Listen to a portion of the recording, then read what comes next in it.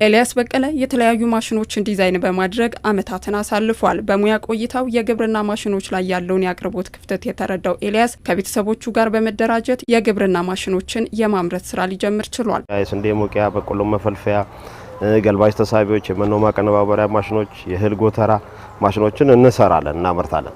በተጨማሪ ደግሞ የኮንስትራክሽን ማሽነሪዎችም እናመርታለን። ተመሳሳይ ለምሳሌ የብሎኬት ማሽኖች፣ ኮንክሪት ፓይፕ ሞልዶች የተለያዩ ከስተመሩ በሚፈልገው መልኩ ማንኛውንም ማሽን ማምረት ጀምረናል። አሁን ላይ በወር 12 የሚደርሱ ማሽኖችን የማምረት አቅም ላይ ደርሰናል። አሁን ላይ በአመት እስከ 140 የሚሆኑ ማሽኖችን የማምረት አቅም ላይ ደርሰናል። ምርቶቹ ዘመኑ በሚፈልጋቸው ቴክኖሎጂዎች በመታገዝ ይመረታሉ። ተጠቃሚዎችም የምርቶቹን መለዋወጫ እቃዎችን በቀላሉ እንዲያገኙ የሚያስችል ነው። እንደ ሌዝ፣ ቶርኖ ማሽኖችን የተለያዩ ማሽኖችን አስገብተን ጥራታቸውን ለመጠበቅ ሞክራለን።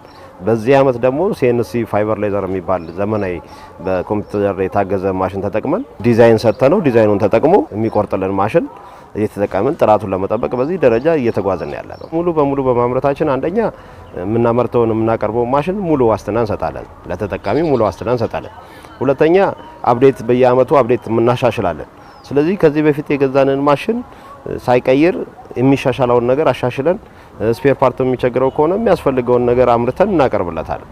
በዛ ደረጃ አገር ውስጥ መመረቱ ለተጠቃሚው ሞር አድቫንቴጅ ያደርገዋል። የግብርና ማሽኖቹ በነዳጅም ሆነ በኤሌክትሪክ የሚሰሩ ናቸው። ይህም እንደየአካባቢው ጥቅም ላይ እንዲውሉ ይረዳል። ይሄ ማሽን የእንጨት መፍጫ ማሽን ነው።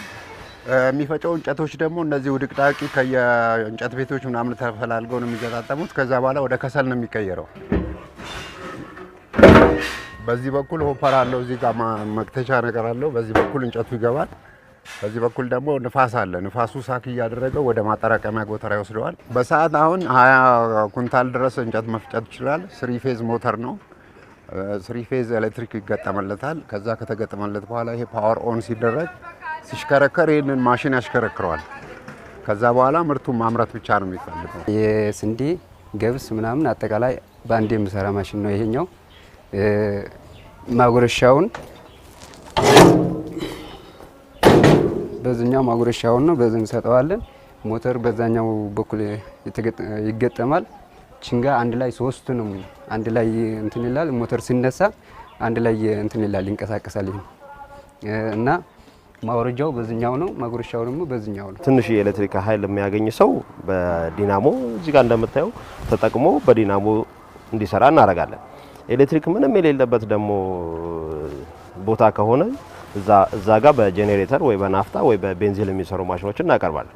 ከዛ ደግሞ ሰፊ እርሻ ያላቸው ደግሞ ትራክተር ያላቸው ገበሬ ሲሆኑ ደግሞ የትራክተሩን ጉልበት ተጠቅመው እንዲወቃላቸው የሚያስችል ማሽን እናመርታለን። ማሽኖቹ የተለያዩ የግብርና ምርቶችን እንዲወቁና እንዲፈለፍሉ ተደርገው የሚሰሩ ናቸው። በአንድ ሰዓት ውስጥ ከ35 በላይ ኩንታል የመስራትም አቅም አላቸው። አሁን በእያንዳንዱ ስናየው የበቆሎ መፈልፈያ ማሽን እኛ የምናመርተውን ስናየው 3-4 አይነት ማሽኖች አሉ እንደ ካፓሲቲያቸው። ከአነስተኛው ስንነሳ በሞተር የሚሰራ ማሽን አለን። ያ በሞተር የሚሰራው በሰዓት ከ35 እስከ 40 ኩንታል ድረስ የመፈልፈል አቅም አለው። በቀን ስታሰው ደግሞ 10 ሰዓት እንኳን ቢሰሩ 350 ኩንታል ድረስ የመፈልፈል አቅም አለው ማለት ነው። ወደ ጤፍ ደግሞ ስንሄድ ጤፍ እኛ የምንሰራው ማሽን በዲናሞ ወይም ደግሞ በጄኔሬተር የሚሰራው ማሽን በሰዓት እስከ 3 ኩንታል 3.5 ኩንታል ድረስ የመውቃት አቅም አለው። በርካቶች የስራ እድል ተፈጥሮላቸው ማሽኖችን የማምረት ስራ ይሰራሉ። ታዲዮስ ኃይሉም አንዱ ነው። ማሽነሪዎች መገጣጠም ምናምን ነው እየሰራን ያለ ነው። ከዚህ በፊት ኖርማል ብየዳ ነበር የምሰራው። እዚህ ከመጣው ግን የተለያዩ ማሽነሪዎች ማምረት ነው እየተማርኩ ያሉት። ቤተሰቦችን በተገቢው መልኩ እያስተዳደርኩኝ ነው እና በጣም ጥሩ ነው። ለኔ የሙያ ማሻሻያ አድርጌያለሁ። በተሻለ መልኩ የማሽኖችን ግንዛቤ እንዲኖረኝ አድርጓል ማለት ነው። ወርክሾፓችን ላይ ከ20 በላይ ሰራተኞችን የስራ እድል ፈጥረናል።